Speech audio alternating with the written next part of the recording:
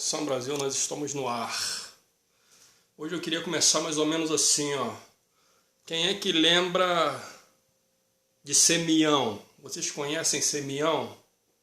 Não conhecem? O Simeão, velho profeta? Bom, deixa eu explicar para você o seguinte, assim, ó.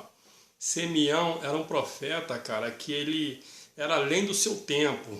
Além do seu tempo. Então ele acreditava muito nas profecias, e ele tinha certeza de que as profecias iam se cumprir. Ia se cumprir. E como aquilo que ele acreditava, ele fez um pedido ao nosso Senhor, o grande e todo-poderoso Deus. E ele pediu a Deus o seguinte, assim, ó: Senhor, não me deixe morrer antes de eu ver Jesus nascido. Então Deus concedeu. Simeão, velho, mas velho. Tenta imaginar um senhor bem velho, um profeta bem, cara. E ele quase que no final da sua vida, ele viu aquilo que ele pediu a Deus, que foi ele mesmo quem registrou Jesus. Foi Simeão. Ele conheceu quando Jesus entrou no templo, com Maria e com José, que eram pai e mãe de Jesus. Então ele viu, porque assim, ó, quem tem a visão de ver, cara, vai ver, tá? Quem consegue ver aquilo que é santo, até mesmo nos dias de hoje, vai conseguir ver. É só você ter fé, que pela sua fé, tudo pode aqueles que creem. Então Simeão viu a pomba do Espírito Santo seguindo uma criança, e ele viu que aquela criança tinha luzes reluzentes. Todo santo. Quando você vê uma pessoa santa, assim, ó, ela passando no meio da rua, ela sozinha numa estrada, você, quando se depara com o santo, você logo percebe. Imediatamente você percebe que aquela pessoa brilha, tá? Ela tem uma luz sobrenatural, que envolve todo o corpo dela. Então, Simeão identificou Jesus nesses termos, tá? Nesses termos, então, ele falou no templo: eu já esperava por esse menino. Então, ele registrou Jesus. Foi ali, então, que ele falou com Maria. Com licença que eu estou só dando uma ajeitadinha na minha câmera para que sintonize melhor a minha imagem. Então ele falou com Maria, vamos voltando a Simeão, ele falou com Maria, e que aquele menino era um santo, mas assim, quando Jesus chegasse o tempo de que ele tinha que partir, Maria seria cravada por 7 espadas de dores. Uma espada ia transpassar a alma de Maria, porque é dor que uma mãe sente quando o seu filho faz a passagem. Então, Simeão alertou Maria de que ela ia passar momentos tristes na vida.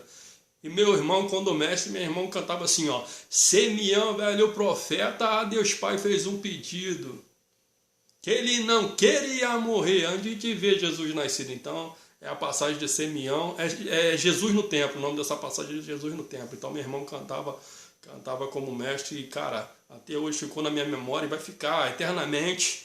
E assim, eu estou falando para vocês a passagem de Simeão, velho profeta, tá? Aquele que profetizou a chegada de Jesus quando todos não acreditavam. Quase ninguém acreditava em profecias, e assim, cara, as pessoas até nos dias de hoje, elas teimam em não acreditar nas profecias. Elas querem acreditar naquilo que elas acham que hoje a minha profecia é tecnologia, a minha profecia, cara, é a ciência, tá? A minha profecia é o que está acontecendo. Não, você tem que trazer a Bíblia para essa realidade.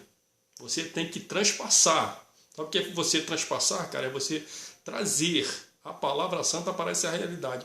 E a realidade hoje é o seguinte, eu vou falar para você assim, ó, quando Jesus disse assim, ó: nem só de pão viverá o homem. Se você trouxer essa palavra para a realidade, o que Jesus queria dizer? Que era para as pessoas se prepararem, tá? Era para as pessoas se prepararem para as dificuldades que estava por vir nos tempos de hoje, que essas dificuldades ia fazer com que você... Bom, deixa eu dar um exemplo assim, no seguinte, ó. Hoje tem muitas pessoas, cara, que elas ficam ali, ó, martelando, sempre na mesma coisa. Mas assim, ó, se você for passar para os dias de hoje, eu vou falar assim, ó, vamos tocar no alimento. Muita gente fala, o brasileiro não vive sem arroz e sem feijão, tá? Que os dois são casados, são chipados, arroz e feijão, mas não. O brasileiro vive sem arroz e feijão, sim, vive, e vive muito bem, por sinal, tá? É nós quem controlamos a inflação, é nós que controlamos, cara, o mundo. Se você quiser, cara, mudar o mundo, você não pode acompanhar, tá? Você não pode acompanhar certos preços abusivos inflacionários. Tá? Se nem de pão viverá o homem, você também vive sem um arroz e sem um feijão. Você vive eternamente sem um arroz e sem feijão. Que não faça a mínima falta na sua mesa. Porque eu sou exemplo disso. Eu sou exemplo disso. Jamais eu vou aqui, cara, diante do meu público falar uma mentira. Jamais, jamais. Então eu falo para você o seguinte, ó. Faz tempo, muito tempo, que eu não como um arroz e um feijão, tá? Por opção, não é por opção própria. Faz tempo que eu não tomo um café, um açúcar, não uso óleo, não como carne, tudo por opção. Tudo por opção. Agora você me pergunta, como é que esse rapaz vive? Tu acha que eu estaria aqui falando isso para você se fosse mentira? Você acha que eu teria cara de madeira, cara de pau, de parar de frente do meu público para poder falar mentira? Não, eu quero dar o exemplo para você que Jesus me falou assim, ó, nem só de pão viverá o homem, tá? Mas de toda a palavra que sai da boca de Deus. É onde que o brasileiro, cara, aonde que o brasileiro é o seguinte, ó, se os olhos grandes, tá? Se as pessoas que têm olho grande estão infracionando certos tipos de alimento, fuja dele, que aí ele vai envelhecer na prateleira, o dono do supermercado vai ver que não é lucro ele ter comprado aquele produto, tá? Aquele produto vai perder a validade, o dono do mercado vai ter prejuízo, a senhora vai contribuir para que a inflação baixe e o produtor vai sentir, porque assim, ó, as reservas que ele tiver nos seus armazéns para que ele venha transportar para as grandes cidades, para que ele venda e ganhe um lucro exorbitante, os comerciantes vão falar, não, eu sinto muito, mas o seu arroz não está vendendo, o seu feijão não está vendendo. Então, é mais ou menos assim que a gente controla o mundo. Você tem o poder de controlar o mundo, você pode controlar o mundo. Tá? Basta você crer, cara. Tudo pode aqueles que crer. A palavra é essa. Tudo pode aqueles que crer. Então, creia na palavra, porque você vai fazer coisas sobrenaturais. Eu estou te dando um exemplo disso. Eu não falo mentira, cara. Eu não vou falar para você que alguma vez eu vim diante das pessoas assim, ó. Acho que na minha juventude, quando a gente é jovem, a gente tá, cabeça loada, então você fala um monte de asneira. Também eu era jovem, eu era drogado. Cara, eu já pintei o 7 nessa vida, já fiz tudo nessa vida, mas hoje não, cara. Hoje eu sou um cara ciente, abandonei tudo aquilo que não me levava pelas veredas da justiça. Hoje, cara, se eu falar para você, você pode escrever, tá? Trago qualquer um para poder passar ao meu lado e assim ele vai perceber que eu estou falando a verdade, tá? De que eu não sou de mentir para os meus telespectadores, de jeito nenhum. Então eu vivo, ó, eu tirei da minha vida o açúcar, o café, porque, cara, o café me deixava nervoso, eu tomava café e tal, dava aquela turbinada, tá entendendo? Mas assim, no final de tarde eu sempre ficava nervoso, tá? Porque a dopaína, a cafeína, cara, eu digo que a dopaína, o café te dopa, tá? O café te dá aquela adrenalina que dali, cara, é uma droga, Então eu resolvi tirar o café, tirar o açúcar por conta da diabetes, tá?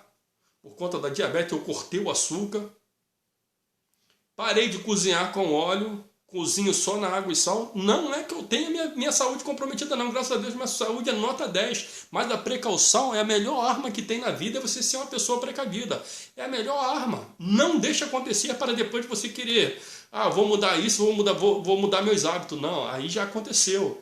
Tá? Aí você vai ter que, cara, conviver com a doença. Então não deixe a doença chegar perto de você, mantenha ela sempre distante. Então, cara, hoje eu como só coisas naturais, coisas saudáveis, tá? Eu não vou falar o que é, porque assim, ó, se eu disser para você com o que eu convivo hoje, as pessoas vão elevar os preços, porque elas são assim, cara. Elas querem saber aquilo, que dá notícia para que elas elevem. O olho não cabe na cara. Então eu não vou falar para vocês de que eu sobrevivo. Mas, ó, sem arroz, sem feijão, sem açúcar, sem café e sem o óleo. E sem a carne, tá? E são, cara, são os 6 itens imprescindíveis que as pessoas não vivem sem nessa vida. E aí você vai falar, pô, como é que esse cara vive? Pergunta para Deus se eu estou falando mentira para você.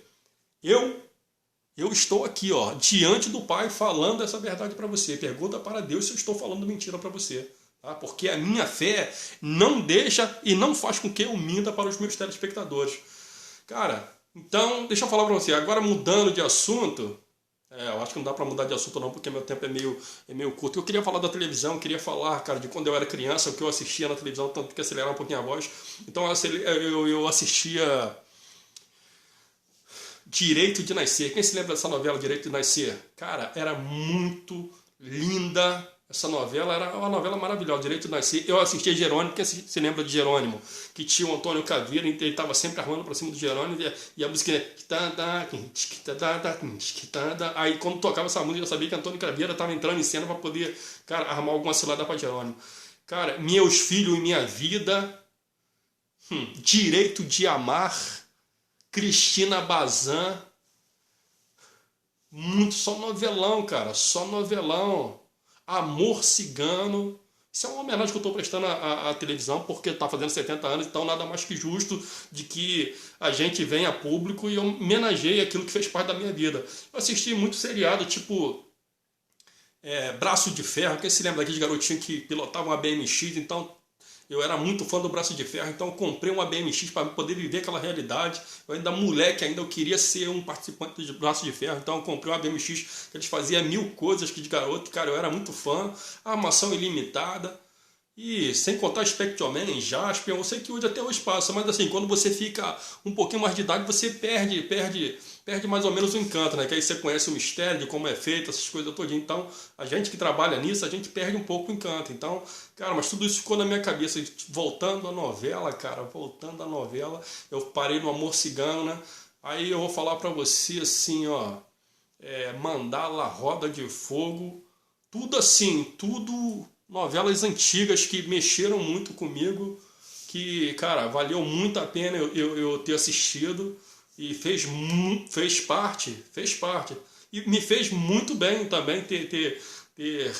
Aqui em casa tinha uma televisão que era um caixotão mais ou menos de 30 polegadas, caixote de madeira, que a madeira era dessa cor aqui.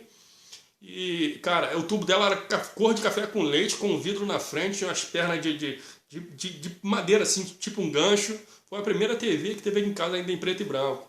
E de lá pra cá veio só evoluindo. Hoje, graças a Deus, as TVs mais modernas do mundo nós alcançamos aqui. Então é isso, gente. Ó, beijo, fiquem com Deus. E se o Senhor me permitir voltar aqui para contar novas histórias para você, eu vou dizer assim, ó. Até o próximo programa, Brasil.